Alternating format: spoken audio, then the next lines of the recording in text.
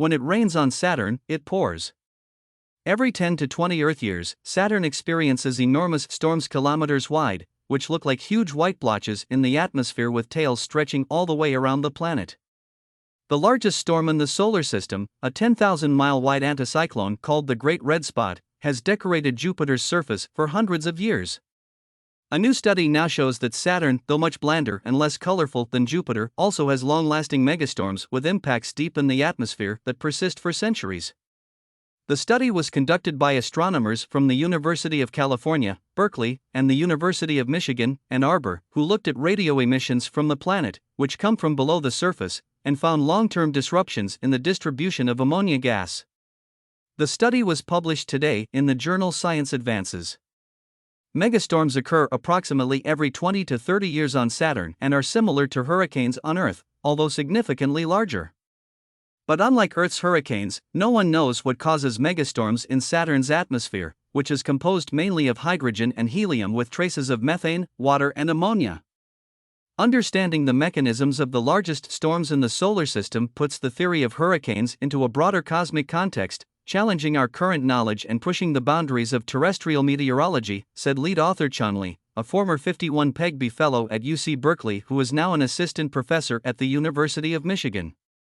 Imke de Pater, a UC Berkeley professor emerita of astronomy and of Earth and planetary sciences, has been studying gas giants for over 4 decades to better understand their composition and what makes them unique, employing the Carl G.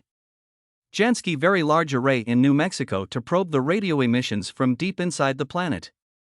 At radio wavelengths, we probe below the visible cloud layers on giant planets. Since chemical reactions and dynamics will alter the composition of a planet's atmosphere, observations below these cloud layers are required to constrain the planet's true atmospheric composition, a key parameter for planet formation models, she said. Radio observations help characterize dynamical, physical, and chemical processes including heat transport, cloud formation, and convection in the atmospheres of giant planets on both global and local scales. As reported in the new study, de Pater, Lee, and UC Berkeley graduate student Chris Mokel found something surprising in the radio emissions from the planet, anomalies in the concentration of ammonia gas in the atmosphere, which they connected to the past occurrences of megastorms in the planet's northern hemisphere. According to the team, the concentration of ammonia is lower at mid-altitudes, just below the uppermost ammonia ice cloud layer, but has become enriched at lower altitudes, 100 to 200 kilometers deeper in the atmosphere.